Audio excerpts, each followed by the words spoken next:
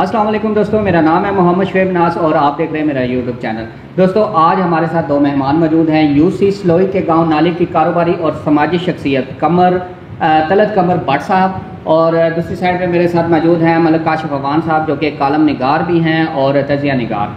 आज हम चकवाल में जो इंडस्ट्री लग रही है, सीमेंट फैक्ट्री हो चाहे वो कोई भी इंडस्ट्री हो, उसके तमाम नुकसानात और फ़ायदों पर बात करेंगे।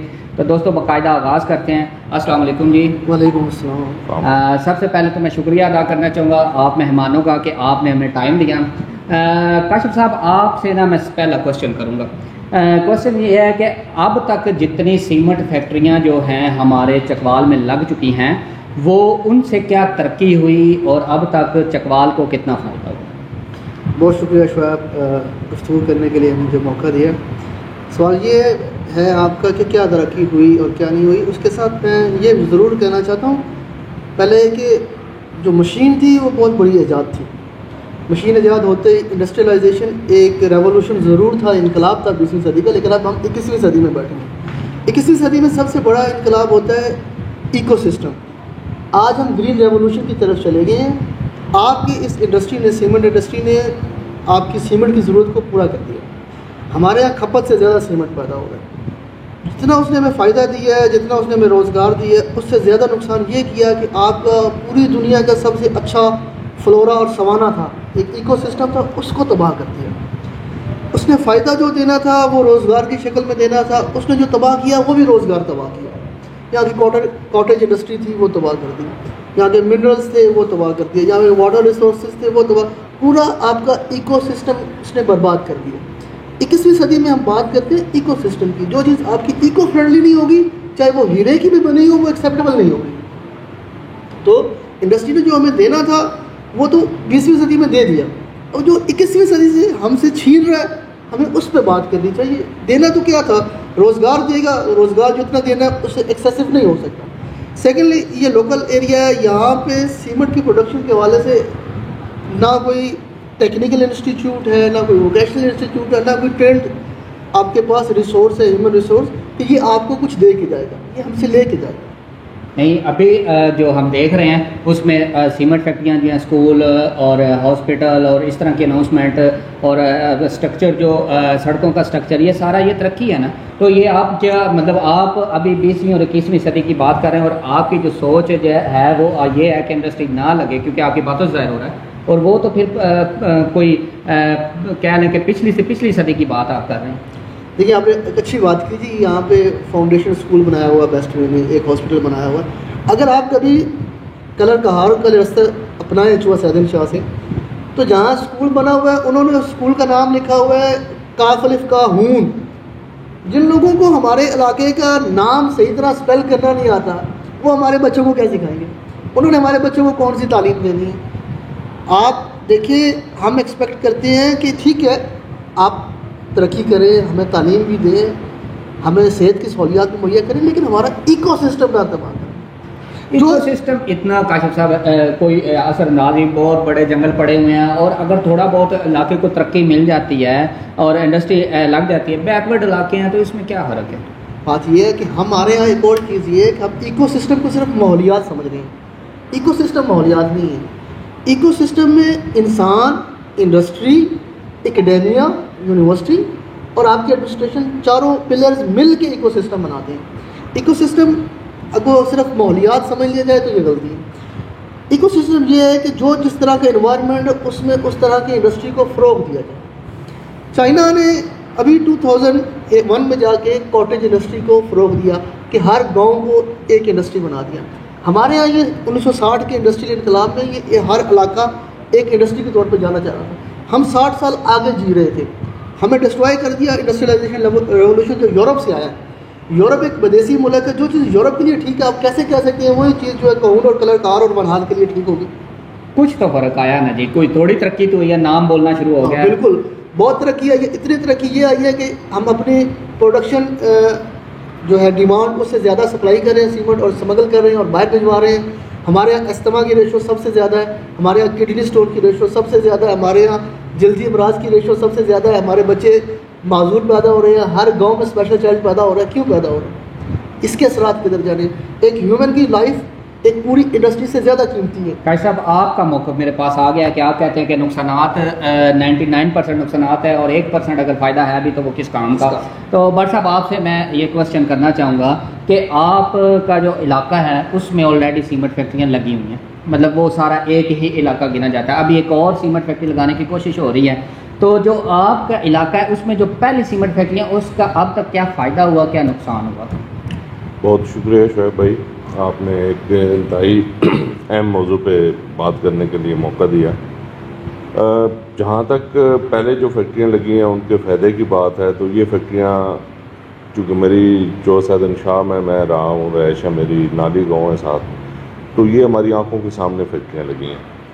इनका प्रोसेस शुरू होना, बनना और प्रोडक्शन के मराहल तक आना, ये सारी हमारी आंखों के सामने हुए। जब फैक्ट्रियाँ लगी थी तो उस वक्त भी काफ़ी रेजिस्टेंस शो हुई थी, लेकिन चूँकि अरबाब इख्तियार इस हक़ में थे कि ये फैक्ट्रियाँ लग जाएँ, इसलिए आवाम की आवाज़ तो नहीं सुनी गई उस टाइम भी और ज़बरदस्ती ये फैक्ट्रियाँ लगा दी गई। दुनिया में जहाँ भी सीमेंट फैक्ट्री लगती है उसका बाकायदा कवायद ज़वाबित होते हैं, कोई उसके मतलब बायलाज होते हैं। यहाँ पर आबादी के अंदर चारों तरफ आबादी से घिरे हुए एरिया है जहाँ पर ये फैक्ट्रियाँ लगी हैं, जो पहले हमारे पास फैक्ट्रियाँ लग चुकी हैं। उस वक्त भी हमें बड़े सुहाने ख्वाब दिखाए गए थे कि ये फैक्ट्रियाँ लगेंगी तो हमारा इलाका बड़ा तरक्की करेगा, बहुत ज़्यादा रोज़गार के मौके पैदा होंगे, हमारे यहाँ बेरोज़गारी है बहुत ज़्यादा, तो इन फैक्ट्रियों की वजह से बहुत सारे हमें रिसोर्स मुयसर होंगे। लेकिन वो सारी चीज़ें खामख्याली साबित हुई। जो यहाँ पर रोज़गार के मौके पैदा हुए वो लोकल लोगों को बिल्कुल भी उन तक उनके यानी अभी तक लोकल लोगों को नहीं मिले। बिल्कुल लेबर के अलावा मुझे नहीं लगता लेबर या गार्ड या इस किस्म की जो छोटी मोटी को हैं जो यहाँ के लोगों को अगर एक्सेस है और वो उनको भी उनकी मेहनत के मुताबिक उनको पे नहीं किया जाता। नहीं, अगर ये इलाके में जब सीमेंट फैक्ट्री लगती हैं, वो स्कूल कॉलेज, जैसे मैंने काजी साहब से सवाल किया, तो स्कूल कॉलेज और पानी की सहूलत सबसे पहले, इन इलाकों में पानी की सहूलत बड़ी मुश्किल मुहैया करने हैं, तो वो पानी की सहूलत मुहैया करते हैं। क्या आपका इलाका पानी से भरपूर नहीं है? भरपूर था, अब तो नहीं है, क्योंकि हमारे यहाँ तो एक जन्नत नज़ीर वादी थी हमारी।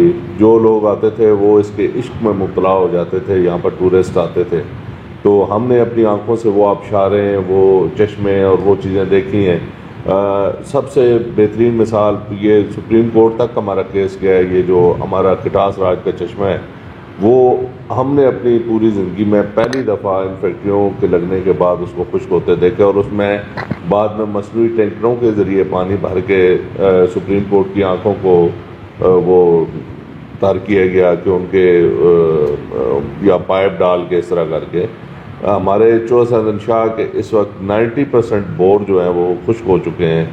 जो पहले हमारी रेंज थी कि 100 फुट या 80 फुट में पानी आ जाता था, अब 400 फुट का बोर होता है, फिर भी पानी नहीं आता और गर्मियों में ख़ास तौर पर वो बोर भी खुश्क हो जाते हैं। यानी जो पहले आपकी खूबसूरती थी और जितना भी मतलब आपका ये सारा निज़ाम था वो डिस्ट्रॉय हुआ है, यानी कि आगे तरक्की नहीं हुई, या इसको तरक्की नहीं कहेंगे, आपका ये मौक़िफ़ सामने आ रहा है।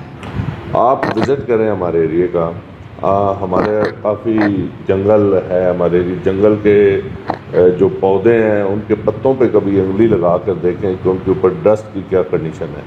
अगर एक नेचुरल चीज़ है वो सामने नज़र आ रही है, वही डस्ट हम अब सांस के ज़रिए हमारे फेफड़ों में जा रही है, हमारे बच्चों के फेफड़ों में जा रही है। हमारी आने वाली नस्ल इंतहाई उनके लिए मसाइल हैं। नहीं, जो अभी आपके इलाका जो चौगांजली शाह में लग रही है, ये आपका इलाका, इसमें जो इलाका झंगड़ है आपका, वो सारा इसमें लीज के तौर पर इस्तेमाल होगा, तो उसमें लकी सीमेंट फैक्ट्री वाले प्लांट लगा रहे हैं। उन्होंने ये वादा किया है, ऑन द रिकॉर्ड है, हमारे अपने खुद के चैनल पर मौजूद है कि डस्ट फ्री जो प्लांट होते हैं ना, मतलब हम डस्ट फ्री प्लांट लगाएंगे। ये बहुत अच्छा सवाल किया आपने। इसका मेरे पास बड़ा है कि जब ये फैक्ट्रियाँ लग रही थी उनकी इंतज़ामिया से मेरी अपनी ज़ाती इस मामले में काफ़ी बहस हुई। मैंने उस वक्त भी यही मौक़िफ़ लिया था कि ये डस्ट की वजह से हमारे इलाके में बहुत ज़्यादा प्रॉब्लम्स होंगी, बीमारियां आएंगी, हमारे जो नेचुरल जंगलात हैं उनको बड़ा नुकसान होगा। तो हमें बड़ा लॉलीपॉप दिया गया कि हम जी वो वाला प्लांट ला रहे हैं जिसमें डस्ट अंदर ही डंप हो जाएगी और कोई पोल्यूशन इलाके में नहीं आएगी। लेकिन आज हकीकत सबके सामने है कि हमारे एरिया की क्या सिचुएशन है। तो ये लॉलीपॉप उस टाइम भी दिया गया था, अब भी दिया जा रहा है, और आप देख लीजिएगा कि अब पहले तो हमारी पूरी कोशिश है, हमारी दुआ है कि अल्लाह करे वो नौबत ना आए कि हमारे इलाके से पता नहीं क्या दुश्मनी हो गई है कि हमारे एरिया में हर वो काम किया जा रहा है, चाहे पत्थरों की लीज हैं, क्रश लगे हुए हैं जगह जगह, हमारे पहाड़ ख़त्म किए जा रहे हैं, पानी के रिसोर्स जो हैं वो नेचुरल जो हैं वो ख़त्म किए जा रहे हैं। तो समझ नहीं आती कि पाकिस्तान बहुत बड़ा है, बहुत वसी एरिया है जहाँ पर ये फैक्ट्रियाँ, पहाड़ भी हैं, जहाँ पर आबादी नहीं है वहाँ पर ये लग सकती हैं, लेकिन आबादी के अंदर आपका मौक़िफ़ मेरे सामने यही आ रहा है कि आप भी इन फैक्ट्रियों के नुकसानात ज़्यादा गिनवा रहे हैं और जितने भी वादे हैं वो लॉलीपॉप की तरह मतलब हवा में उड़ा दिए जाते हैं और हवा उसके बाद जो है आवाम जो है वो बस देखती रहती है कि हमारे इलाके के साथ क्या हुआ। काशिफ साहब, मुझे आपसे एक और क्वेश्चन ये करना है कि सीमेंट फैक्ट्री के अलावा कोई ऐसी चीज़, क्योंकि ये बड़े बैकवर्ड इलाके हैं, सीमेंट फैक्ट्री के अलावा कोई भी ऐसी चीज़ आप बताएं कि सीमेंट फैक्ट्री जितनी मैं ये कहूँगा कि तरक्की कह लें या उससे ज़्यादा तरक्की और उसमें माहौल भी ख़राब ना हो, और कोई ऐसा हल बता दें जिससे ये इलाका तरक्की कर जाए, जो गंज अली शाह यूनियन कौंसिल और इलाका झंगड़ के लोग जो बैकवर्ड ज़िंदगी जी रहे हैं। शायद बड़ी आसान सी बात है, मैंने अभी थोड़ी देर पहले भी बात की थी इकोसिस्टम की। इकोसिस्टम में जो चीज़ फिट बैठती है आप उसको प्रमोट करें। हमारा ये इकोसिस्टम दुनिया का बेहतरीन इकोसिस्टम है। इससे पहले आपने डस्ट की बात की, मैं एक चीज़ बता दूँ, आप खुद समझदार हैं। प्योरीफायर इन्होंने लगवाया होता है, मंगवाया होता है, प्योरीफायर मौजूद है, चलाएगा कौन? जितना ही आपकी फ्यूल कॉस्ट इसकी बनती है उससे ज़्यादा, उससे कम इनकी प्रोडक्शन कॉस्ट है।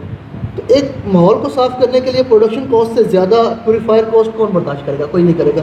ताजर सेठ कभी भी नुकसान नहीं बर्दाश्त करता, ठीक है। प्योरीफायर बस बाकी हैं, NOC के लिए लगा दिया जाता है। दूसरी बात ये है, मैं आपसे एक बात करता हूँ, हमारे आबाओ अजदाद की, पुरखों की जन्मभूमि है ये इलाका। हमारे आबाओ अजदाद की हड्डियाँ हैं इस मिट्टी के अंदर जो फॉसिल्स बन के पत्थरों की शक्ल में मौजूद हैं। आपको कैसा लगेगा जब आपके कमरे में जो प्लस्तर किया हो वो आपके दादी की हड्डियों का हो? आपको अच्छा महसूस होगा? बिल्कुल नहीं। आप कैसे हमारे आबाओ अजदाद की मिट्टी को सीमेंट कर सकते हैं? आपको ये इख्तियार किसने दिया? आप बात करते हैं हमारा इकोसिस्टम है, ये सवाना और फ्लोरा का सिस्टम है। यहाँ पे दुनिया का खूबसूरत तरीन जंगली जानवर पाया जाता है।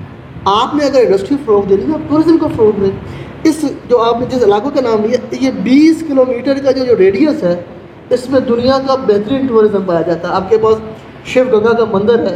शिव गंगा के मंदिर की तारीख आपकी 6000 साल कदीम है। उसकी एक तरफ आपने डस्ट पे लगा दिया है, दूसरी तरफ आप लकी सीमेंट लगाने जा रहे हैं। तो वो जो शिव गंगा है, आप कुछ भी ना करें, सिर्फ शिव गंगा को प्रमोट कर दें, उस मंदिर की हिस्ट्री, उसका मुतबरक तालाब रिवाइव कर दें। ये जो कटास राज पहले है, इससे ज़्यादा कदीम शिव गंगा है। डलवाल से अंदर जाए तो वहाँ पे शिव गंगा मंदिर है, दुनिया का कदीम तरीन मंदिर है। वो जो एक और मंदिर है जिन्होंने मलकाना मंदिर, मलकाना उसका नाम नहीं है, उसका असल नाम मनकाना है। मनकाना संस्कृत का वर्ड है जिसका मतलब होता है बादशाहों के रहने की जगह। उसको आप रिवाइव करें, $10 फीस लगा दें, आपको फॉरेन टूरिस्ट पूरा इंडिया यहाँ पे सलाम करने आएगा। आपके अंदर ये 10 किलोमीटर के रेडियस है। आपका आरा और परेरा के नेचुरल रिजर्व्स है, आपके पास बिशारत है, हज़रत हाम अलैहिस्सलाम की कब्र है। आप यहाँ पे बैठ के चूहा सिग्नेचर को बेस बना के आप सारे ट्रैक बनाएं, जीप ट्रैक, यहाँ से जीप चलाएं। दुनिया भर का टूरिस्ट यहाँ पे आएगा और ये इंजॉय करेगा और आपको भूल जाएगा कि आपने कितना रेवेन्यू जनरेट किया। ये सारा इलाका प्रमोट होता है। जो चीज़ जिस इलाके में फिट बैठती है आप उसको प्रमोट करें। हमारे यहाँ किसी को नहीं पता कि हमारे यहाँ कलर का झील के अलावा किसी को कुछ नहीं पता, तो प्रमोट कौन करेगा? आप टूरिज्म को प्रमोट करें। आप इस तरह की 10 सीमेंट फैक्ट्रियों को स्पॉन्सर करें। टूरिज्म को क्या कहते हैं, प्रमोट करने के लिए TDCP, tourism development corporation of Punjab मौजूद है, हर चीज़ मौजूद है, तो वो ऑलरेडी टूरिज्म भी हो रहा है। PTDC अभी तक आपके धराबी लेक को रिवाइव नहीं कर सकी। यहाँ पे PTDC का सिर्फ एक मौका रह जाता है कि 50 रुपये फीस लगा दें झील के ऊपर जाने के लिए। तो ट्रैक कितने बनाया? कोई एक जीप ट्रैक इन्होंने बनाया हो। हमारे यहाँ जीप ट्रैक बनाए, आप जीप ट्रैक स्वाइक लेक तक जीप ट्रैक बनाए। आपकी एक जीप रैली हुई तो थी पिछले। जीप रैली का मतलब सिर्फ ये है कि आपने जीपें भगा दी हैं। हमने जीपें भगानी नहीं है, हमने जीपें चलानी है। लोगों को बिठा के जीप ट्रैक के ज़रिए वहाँ तक जाना है, वहाँ पे उनको रिवाइव करवाना है, उनको नेचुरल जो रिजर्व्स है वो दिखाने और उनको वापस लेके आना है। ये जो फैक्ट्री लग रही है बिल्कुल सेकंड मरी के पास जी जी, आप वो देखें चहल अब्दाल जाके देखें, चहल अब्दाल जो इलाका है आप उसको रोड टू द हेवन कहते हैं, उसको न्यू मरी कहते हैं। इवन मरी से ज़्यादा अच्छा आप पंजाब की सबसे बुलंद चोटी है, पंजाब की सबसे बुलंद चोटी आप उसको डिस्ट्रॉय करने जा रहे हैं। आप अपने नस्लों को क्या बताएंगे कि जो चीज़ है इन्वायरमेंट है उसको डिस्ट्रॉय करते हैं। कल को हम यहाँ कहेंगे कि यहाँ किसी दौर में ये नवादरात होते थे। बिल्कुल काशिफ साहब, आपका मौक़िफ़ आया है इस पे कि तरक्की कैसे हो सकती है कि टूरिज़्म को प्रमोट किया जाए। पर साहब मुझे आप एक और चीज़ बताएं कि अब जो आपके इलाके की गुज़र बसर है, जो आपके इलाके का हाल है, मतलब जो लोगों को इसमें जॉब्स मिली या नहीं मिली वो बात की बात है, आपका गुज़र बसर इलाके का हाल, पानी का सिचुएशन, लोग कैसे गुजारा कर रहे हैं, तो कितनी मतलब गुर्बत है और किस लेवल पे लोग जी रहे हैं? बहुत अच्छा क्वेश्चन है आपका। ये देखें कि हमारा एरिया बेसिकली शुरू से हमारा कोल माइनिंग का एरिया भी था। हमारे एरिया में पहाड़ों में कोल माइनिंग की वजह से ऑलरेडी काफ़ी ज़्यादा उसका भी पहाड़ों का बहुत नुकसान हुआ। उसके बाद अब ये जो फ्रेश सिस्टम लग गया है उससे पहाड़ों का पत्थर ख़त्म हो रहा है, ऊपर से फैक्ट्रियाँ लग गई हैं। मुझे तो लग रहा है कि हमारे इलाके का हाल बड़ा मखदूश है। इन फ्यूचर पोस्टमार्टम हो रहा है और यहाँ से हो सकता है कि हम लोगों को माइग्रेट करना पड़े, क्योंकि ये रहने के काबिल नहीं रहेगा इन फ्यूचर अगर इसी तरह ये सिस्टम चलता रहता है। 90s में बड़ी अच्छी एक प्रोजेक्ट आया था, बाद में हमें नहीं पता कि वो उसमें कौन इन्वॉल्व हुआ और क्यों रुक गया। सफारी पार्क का एक बड़ा अच्छा 90s में एक दफ़ा प्लान बना था, तो 15 किलोमीटर तवील लंबा सफारी पार्क बनने का, और काफ़ी उस पर वर्क हुआ था। काफ़ी सारे टीम्स आई थी, उन्होंने सर्वेस किए थे, सब कुछ था। और सफारी पार्क के लिए हमारा एरिया बहुत मतलब फ्रेंडली है, उसके लिए हर चीज़ नेचुरली दस्तयाब है। सिर्फ हमने उसको एक्वायर करके कवर करना है और उसमें सफारी पार्क की सहूलियात देनी है। बाकी नेचुरली हर चीज़ हमारे पास मौजूद है। हमारे पास जंगली हयात इतनी ज़्यादा है, तो वो सारे किधर जाएंगे? अगर ये चीज़ें होंगी तो वो भी तो यहाँ से चली जाएंगी ना। तो इसलिए मैं इस बात में ऐड करता हूँ मरसद की बात में, जिन्होंने सफारी पार्क की बात की, ये जो इतना एरिया जिसमें अब ये इंडस्ट्री लगाने जा रहे हैं, ये national reserve of wild life के लिए रिजर्व जगह है। बिल्कुल बिल्कुल, नोटिफिकेशन नोटिफाइड जगह है। अब आप मुझे बताएं, एक नोटिफाइड जगह पे आप कैसे इंडस्ट्री लगा सकते हैं? ये या तो मिनिस्ट्री ने आपस में कंसल्ट नहीं किया, तो या वो करना नहीं चाहते, या विजिट नहीं हुआ, या वो जानबूझ के इस इलाकों को बैकवर्ड रखना चाह रहे हैं कि ये पहले भी बैठ के मरते रहे या फिर बैठ के मरते चले जाए, और तो कुछ नहीं चाहा जा रहा। अब मेरी स्पेशल रिक्वेस्ट है अरबाब इख्तियार से, आप भी इससे इत्तफाक करेंगे कि इस पर इंतहाई सीरियसनेस का मुजाहरा करने की ज़रूरत है और इसको रोकने की ज़रूरत है। और जो पहले लगी हुई हैं उनके लिए भी कोई ऐसा करें कि कम से कम फैक्ट्रियाँ अगर चल भी रही हैं तो कम से कम ये जो पोल्यूशन और डस्ट है इससे हमारी जान छूट जाए, ताकि जो आबादियाँ, क्योंकि बिल्कुल आबादियों के 1 किलोमीटर की रेडियस में उनकी आबादी है, तो ये तो कम से कम 50 किलोमीटर की रेडियस में आबादी नहीं होनी चाहिए जहाँ पर सीमेंट फैक्ट्री हो। तो पानी के सोर्स इनके अपने होने चाहिए, वो भी नहीं है। ये पानी हमारे बोर बड़े करके वहाँ हमारी ज़ेरे ज़मीन पानी है उसको भी यूज़ कर रहे हैं। उसके लिए जो जहाँ तक मैं आई एम नॉट 100% श्योर, लेकिन इन्होंने जो एग्रीमेंट गवर्नमेंट को इजाज़त दी थी फैक्ट्रियों को, उनका ये था सोर्स पानी का इन्होंने दरिया से जनरेट करना था। इन्होंने भी ये जो लकी सीमेंट फैक्ट्री है इन्होंने भी दरिया से ही अपना जो सोर्स है, लेकिन थोड़ा सा मेरी मालूमात के मुताबिक इनका दरिया जो है वो और लेवल का है, वो किसी और दुनिया का है। क्योंकि मैंने जो रिसर्च किया है उन्होंने ये एक छोटा सा आप कह लें कि नाले से बड़ा कह लें और दरिया से छोटा कह लें, एक नाला टाइप होता है जो बारिशी पानियों के लिए होता है, जिसे कस कहा जाता है और बुढ़ा कहा जाता है। बातों में बहुत अच्छी है, ये किताबी बात, वो दरिया शो किया हुआ है, किताबी बातें बहुत अच्छी हैं, सब कुछ मेंटेन किया हुआ है। एनओसी लेने के लिए सब कुछ मेंटेन किया जाता है, फाइलों के पेट भरे जाते हैं। अब यह बताएं, आप बताएं, आप लोग इस इलाके को कहून कहा जाता था, इस इलाके को कहून इसलिए कहा जाता था यहाँ पे कहूँ के जंगलात की कसरत थी। अब मुझे बताएं कहाँ पे कहूँ के जंगलात है? ये एटम बम से कम नुकसानदेह चीज़ नहीं है। वहाँ जहाँ एटम बम गिराया जाता है वहाँ ताबकारी इतनी होती है, कुछ चीज़ नहीं होती। हमारे इन पहाड़ों पर कुछ नहीं उगता, हमारे यहाँ कोई फसल नहीं है, कोई सब्जा नहीं उगेगा, कोई दरख्त, किधर गए लोग काट के दरख्त? किधर के ये जो चूहा सदन ने लिखा था, ये गुलाब के फूलों की पैदावार में पूरी दुनिया में माना जाता था, किधर गए हैं? मैंने नहीं चूहा में अब कभी गुलाब, मुझे पता ही नहीं कहाँ पे है। मैं हालांकि आप पत्थर काट रहे हैं, पत्थर काट के सुरमा बनाए जा रहे हैं, बेची जा रहे हैं, हमारी लिविंग को डिस्ट्रॉय करते जा रहे हैं, और आपको लगता है कि ये डेवलपमेंट हो रही है। अपने लोगों की लाइफ के ऊपर कभी भी डेवलपमेंट एक्सेप्टेबल नहीं होती, पूरी दुनिया में ऐसा कभी नहीं हुआ। जी काशिफ साहब और भट्ट साहब, आपके मौक़िफ़ जो हैं वो सामने आए हैं। दोस्तों, इनके पूरी जो जितनी भी इन्होंने बातें की हैं उसमें यही है कि ये सीमेंट फैक्ट्री जो है उसके नेगेटिव तासुरात हैं, और जितना इससे पानी ख़त्म होता है, डस्ट पोल्यूशन होता है, ये लॉलीपॉप देते हैं, स्कूल नहीं बनाते, कॉलेज नहीं बनाते, बनाते हैं तो मिनिमम लेवल के बनाते हैं, सब झूठ है। और इसमें सियाहत जो है उसको फ़रोग देना चाहिए, और मतलब जितना भी आप कह लें कि सियाहत को फ़रोग देंगे वो इससे भी ज़्यादा इको फ्रेंडली भी होगा और हमारे इलाके के लिए अच्छा भी है। और मिनी मरी के नाम से इस चोटी को बचाने के लिए आप लोगों के से भी अपील है कि आप इस वीडियो को शेयर करें। और मेरी वज़ीर आला पंजाब जो है परवेज़ इलाही साहब, जो बिल्कुल ही तरक्की पसंद आदमी हैं और इको फ्रेंडली चीज़ें भी, और लोगों को आज तक 112 का तोहफ़ा जो है उन्हीं के दौर में मिला, और उन्होंने बहुत ज़्यादा तरक्की करवाई, और चकवाल के एरिए में उनका खुद का नुमाइंदा जो हर दफ़ा जीतता है अमार यासर साहब। तो मेरी उनसे अपील है कि आप पंजाब में हुकूमत आपकी है, प्लीज़ आप इस पे ज़ोर दें और इस फैक्ट्री को यहाँ पे ना लगने दें। जितना बचा कुछ चीज़ है वो आप बचाएं, और इसको एज ए सियाहत का एरिया डिक्लेयर करवा के इस पर मेहनत करें। इंशाल्लाह आने वाली नस्लें आपके लिए वो वोट भी आपको देंगी और दुआएं भी देंगी। दोस्तों, ये सारी बातें आपने सुनी हैं, और अब मेरे नज़रिए के मुताबिक अभी तक तो कोई भी बंदा मेरे पास ऐसा नहीं आ रहा जो इस सीमेंट फैक्ट्री के हक़ में बयान दे। मैं सर्च कर रहा हूँ, कोशिश कर रहा हूँ, लेकिन अभी तक मेरे सामने कोई बंदा नहीं आ रहा। दोस्तों, उम्मीद है मेरा प्रोग्राम आपको पसंद आया होगा। आप मेरे चैनल को सब्सक्राइब करें और हमारी वीडियो को लाजमी शेयर करें। जब तक अगली वीडियो नहीं आती तब तक के लिए अल्लाह हाफ़िज़।